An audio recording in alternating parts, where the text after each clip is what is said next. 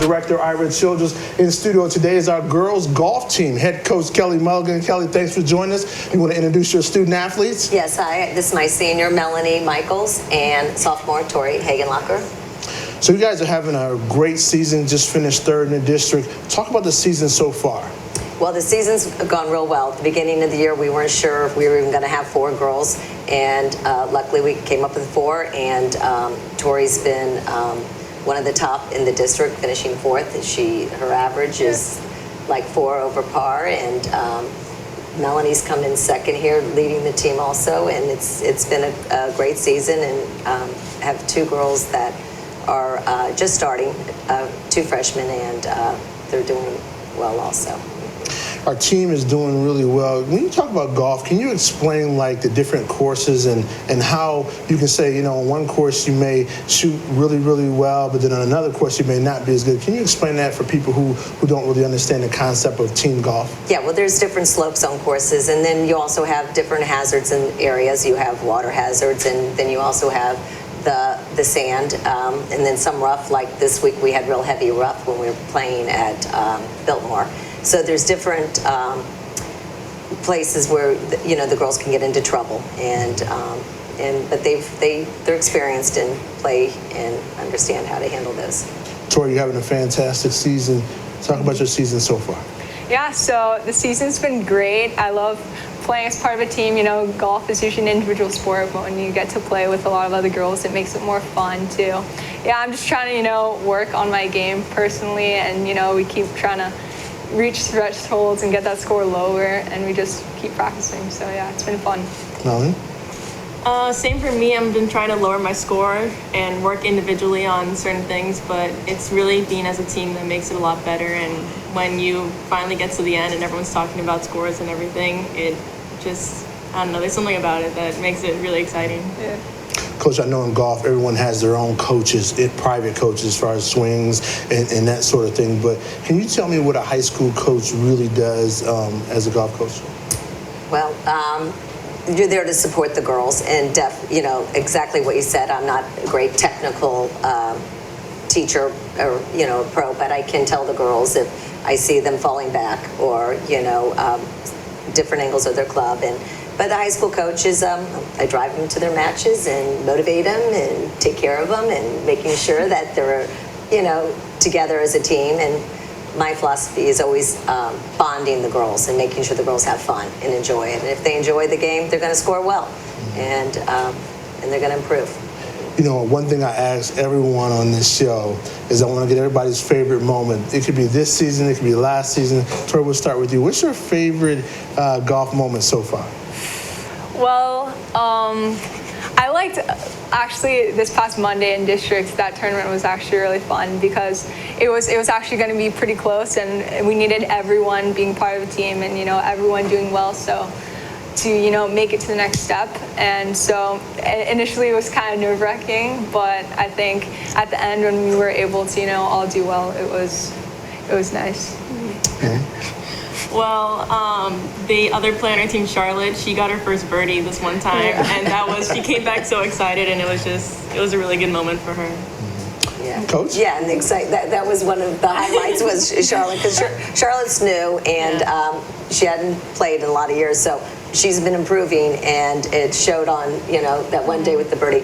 But, what makes it exciting for me is when the girls just come up and said, I played better today, because that's what it's about. It's just, I just say, go out there and, just try to do a little better than you did the last time out.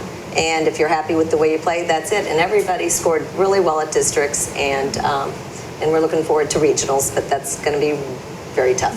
Speaking of regionals, talk about that a little bit, the location, and what do we have to do to be competitive in regionals?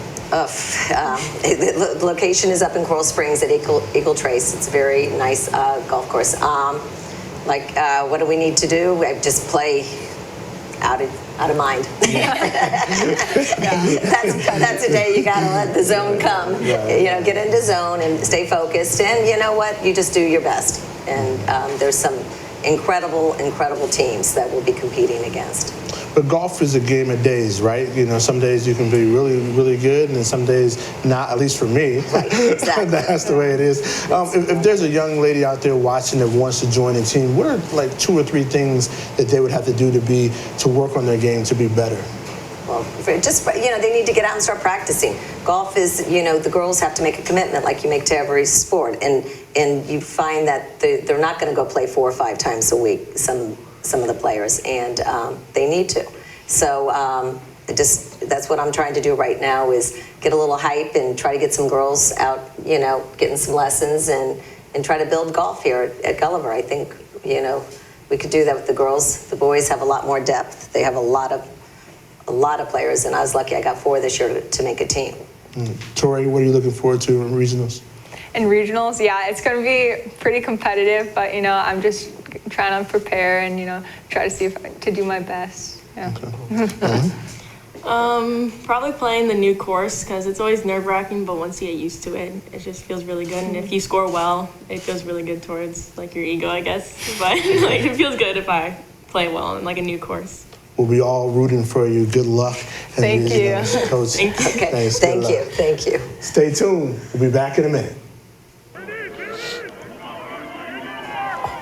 It is often easy for high school athletes to get distracted by the excitement of the game and forget that their personal safety is just as important as putting points on the board.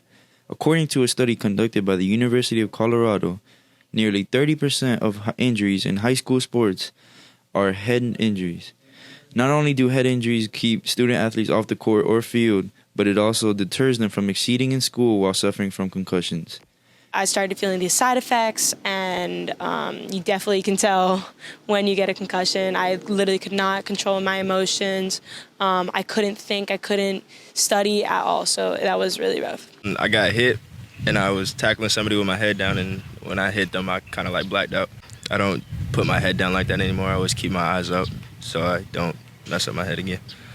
It may be surprising that concussions are very common not only in football but in many other high school sports such as soccer, volleyball, basketball, and baseball. Coaches must be on the lookout for head injuries during both practices and games because left untreated, concussions can cause permanent damage to a player's brain.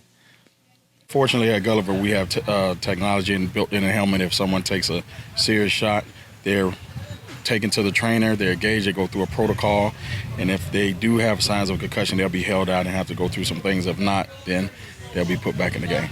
As common as concussions are in sports, there are many simple measures that can be taken to reduce players' risk of getting hurt. For example, coaches and trainers can teach their players correct hitting and heading techniques. We have different tools that we use to kind of keep us abreast. Like this tool we use, it measures the impact when the student is hit in the head, so that if they do have a head injury, it reads alert. So the A18 form is a form that we use that's a gradual return to play. It's the state mandated form that allows us to show that the student athlete has been seen by a physician. Once they've seen the physician, it shows that we've gradually returned to play, like having them work out, having them do non-contact exercises, and going on from there to show a gradual return to play. Although concussions have a reputation of being a brief and unthreatening injury, when left untreated, they can drastically affect a high school athlete's season playing time and even their future.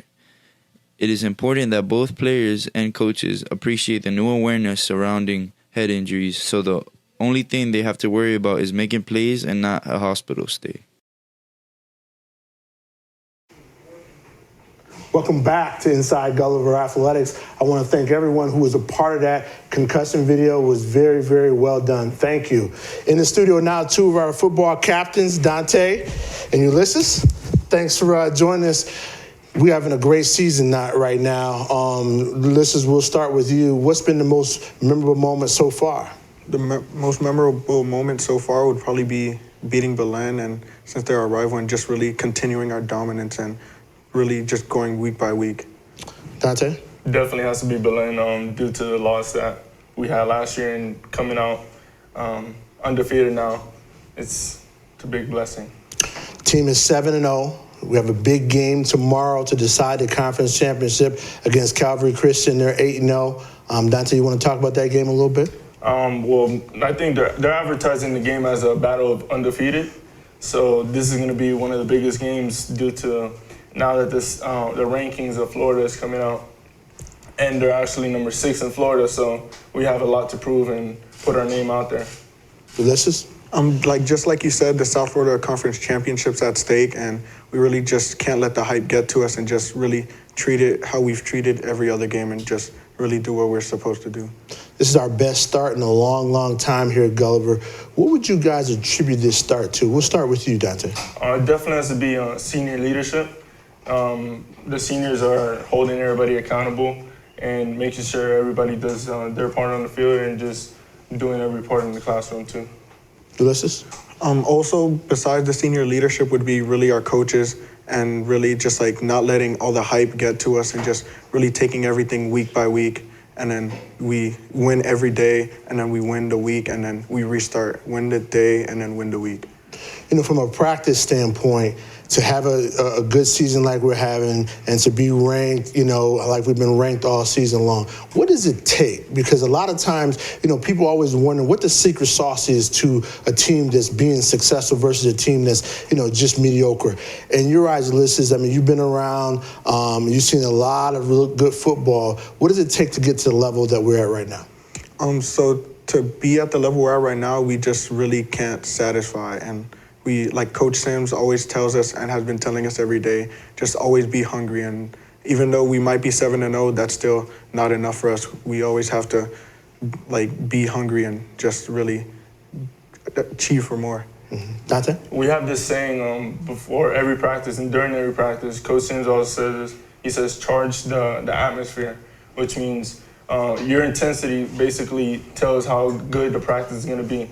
So the higher intensity, the more fluent and the more things we can achieve during practice. So I know both of you are going through the recruiting process right now. You're seniors. You both will play at the next level, no doubt about that. Ulysses, talk about what the recruiting process is for you right now. So right now, I currently have offers from Columbia and Cornell, and I'm still like waiting and just reaching out to other schools just to really keep my options open. What would it be like to play in the Ivy League? I would love to play in the Ivy League. Okay. Yeah. Dante? So I have a couple offers. For example, I have Kaiser St. Augustine in North Carolina, and I'm just really looking to see which is the best fit for me, and academic-wise too. So just playing the waiting game and seeing how it goes. Okay, I'm gonna put both of you on the spot right now. So if I'm a college scout, college coach, and what am I getting from you if you're coming to my campus in the fall? We'll start with you, Dante. I definitely won't let you down. I think hard work is my motto. So I believe that if you put me in a position to succeed, then I would show you the outcomes of what you're getting. You listen? And just like Dante said, really a hard worker and someone who he'll be able to sacrifice for the team and be willing to play multiple positions and do whatever is really necessary for the team to succeed. That's great. We have 3 games left into the playoffs. Obviously, I know the goal is to go undefeated, but talk about some of the team goals as we get down the stretch here, you know, as we head towards the playoffs. So we want to stay ranked number 1 right now and really just keep our intensity up every week so that we could stay number 1 and not let all the hype get to us. I think our biggest thing is to make sure that we're all together every day.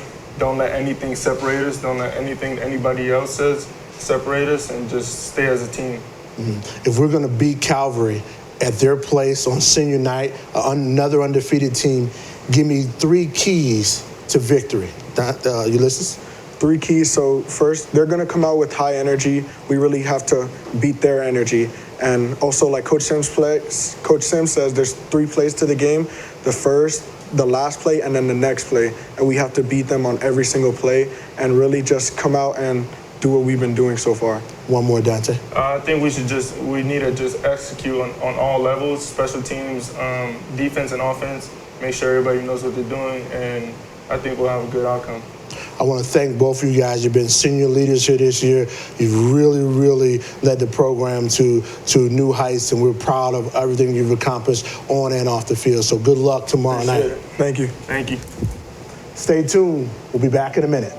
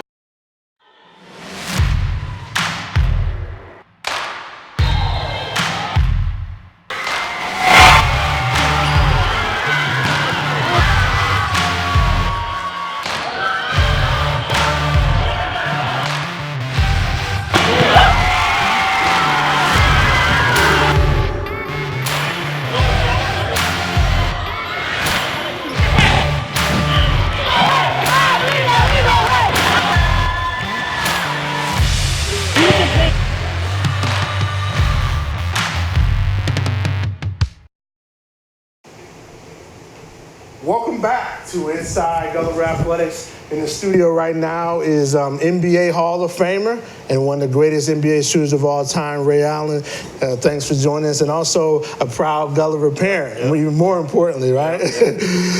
When you think about all the things that you've accomplished in your basketball career, everyone knows the accolades and they can see all the highlights.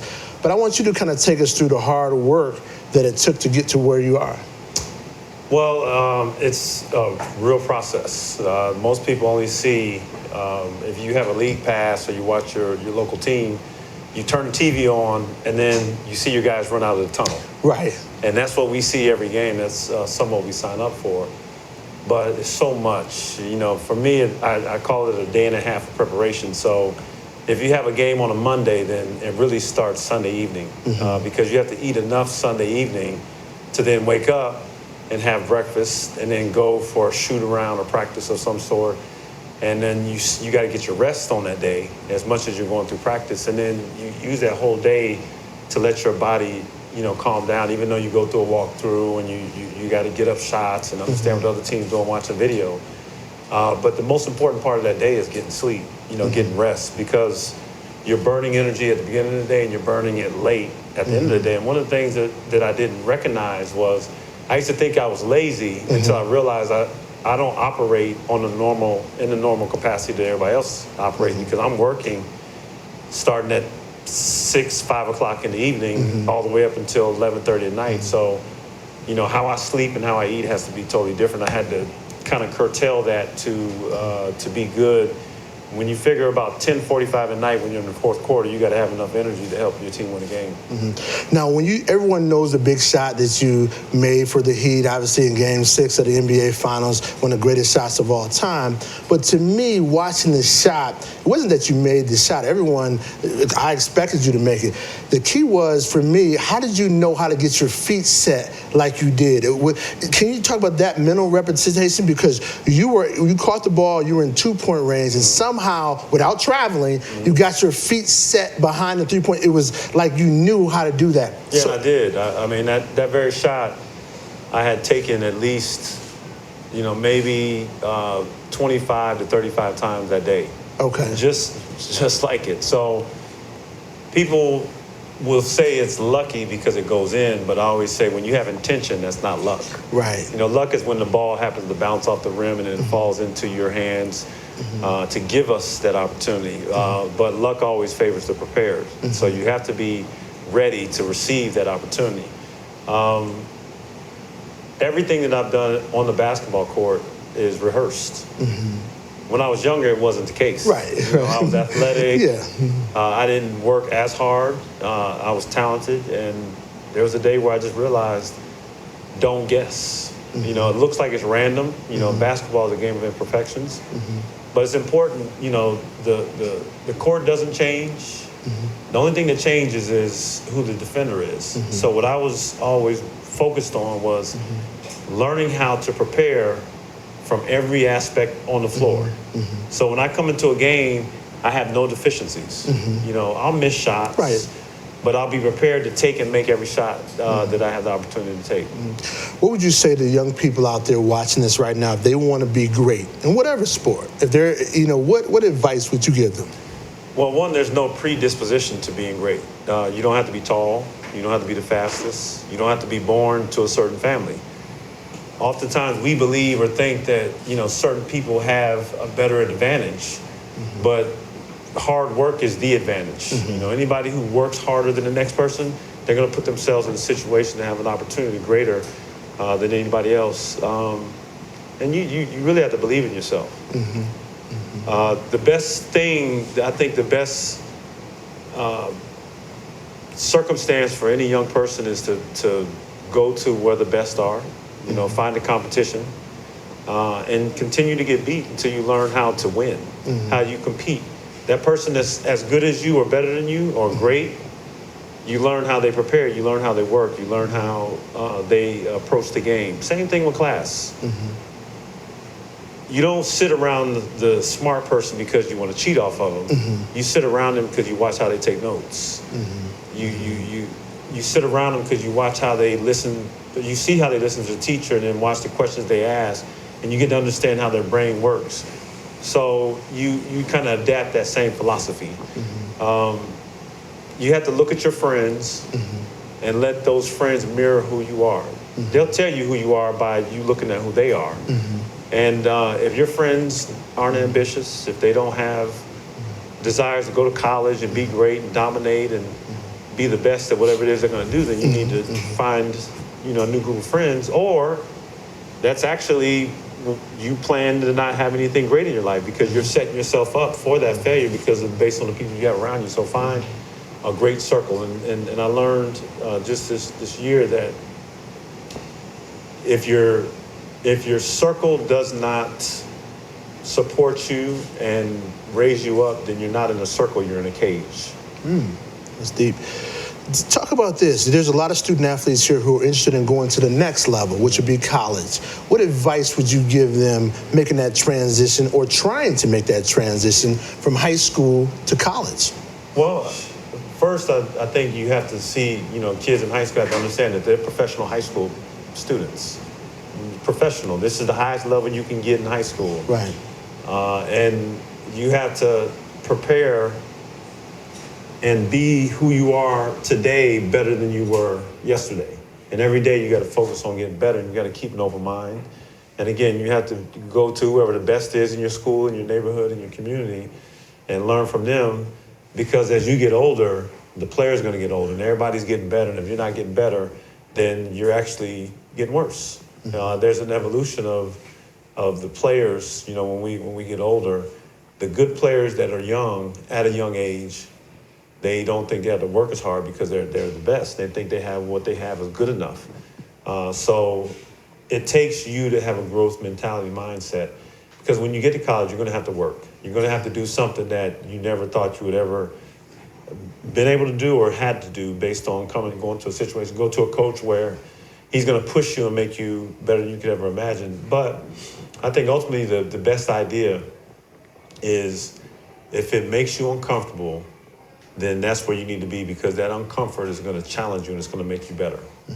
What was the hardest transition for you from high school to college? Was it strength? Was it learning the system? I mean, what was that? What was that transition? So maybe our student athletes out there that are watching this can really prepare for that transition. Well, I'd like to think that I had a maniac coach in college. Okay. And, it was good for me because he was like a general. Okay. And never in my life did I work as hard as I worked in college. Okay. Even getting to the NBA, I never worked as hard as in college. So college gave me a great template for my whole career because I knew it was almost like I took a step down in the NBA because I wasn't working as hard as I was working in college. So when I got to college, it was like, wow, like 5:30 a.m. workouts, runs around campus. Like it was always something that we had to always be on. And I was young enough that I could do it, but I was thinking I was never going to give up. I was never going to quit. But I had guys around me that were unsure. They were like, this is too much. Mm-hmm. They were always complaining, but I was like, well, I'll let them complain. I'll keep my mouth closed and keep doing it because I want to make it. I want to succeed.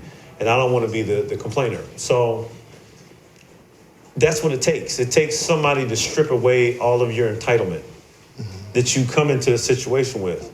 Your kid, your parents, your parents used to do this, or this is what my old coach did, or this is how we did it back home. You have to strip away all that and walk into this new situation and say, I'm here, and I want you to do with me what you do with people, with young people, to grow them and make them better than they were yesterday. I'm not going to hold you long, but give us a couple habits of successful athletes that you've seen out there. Small things are really planned to have. One is getting up every morning and having breakfast. Managing your weight. For most athletes, breakfast is the cornerstone to them getting stronger because we're working, the first half of the day. That's the highest energy output of our day that we have. So you got to make sure you fuel correctly. When you go into a workout, you got to make sure that you stretch. Because you lose flexibility, you lose strength, and ultimately that's how you injure yourself. And that goes for parents, older people as well, because your joints start to get older, and you got to make sure you continue to stretch. You got to make sure. I think the most important thing, with those two things being said, you got to sleep. As athletes, our bodies are repairing themselves. And oftentimes, since we're young, we don't think about it. So what we do is we stay up late, play video games, talk to people on the phone. We have this crazy mentality of, we call it FOMO, the fear of missing out. So you stand up looking at social media, and then all of a sudden you don't get sleep. And then you don't get sleep, your immune system is not as strong as it needs to be. So then you can't repair. So when you go to lift weights, you're not getting you're not working efficiently like you want to. Like we have to treat our bodies like a real car. Like you're not going to put the worst fuel if you're driving a Ferrari or a Porsche. You're going to put the best stuff in it. So if you treat your body that way, make sure you get rest. If you're an athlete, you can't rely on anything else. Your body has to do the deed. So you got to make sure when you get opportunity to rest, and when you're sitting there resting, when you're sitting around home, stretch, because your body's going to require you to do something, or your sport's going to require you to do something physically that's going to have to beat somebody else out, at some point to help win a game. And if you put all those things in line, then you're going to give yourself a great chance of succeeding. Last question, teamwork. Can you talk about the importance of teamwork? Obviously, you were at the highest level, NBA All-Star, Hall of Famer. But when I hear you talk a lot of times, when we're at practice or different places, you talk about team a lot.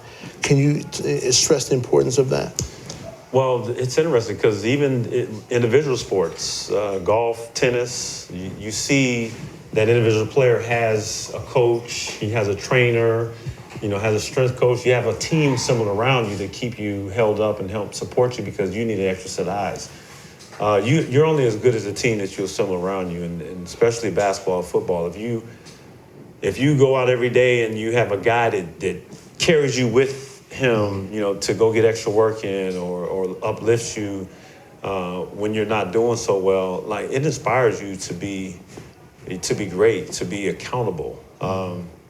We know that winning is the ultimate cure for everything. So if I can make my teammates better, if I pass the ball more to my teammates, he's going to be excited to pass it back to me. And some guys don't all have the same amounts of talent, so you use your talent to build into the team and give to somebody, so then it encourages them to grow and build back to you. And ultimately, at some point in the game, you're going to have to rely on that person to make a shot, to get a steal, get a rebound, whatever it may be. And if they have the utmost of confidence and courage to go out there and do it, ultimately long term, it results in championships, no matter what level you play on. Ray, I want to thank you not only for joining us here for today, but really being around the school and helping our student athletes each and every day like you do behind the scenes where nobody sees. So thank you. Thank you. That's it for this week inside Gulliver Athletics. We'll see you again in 2 weeks.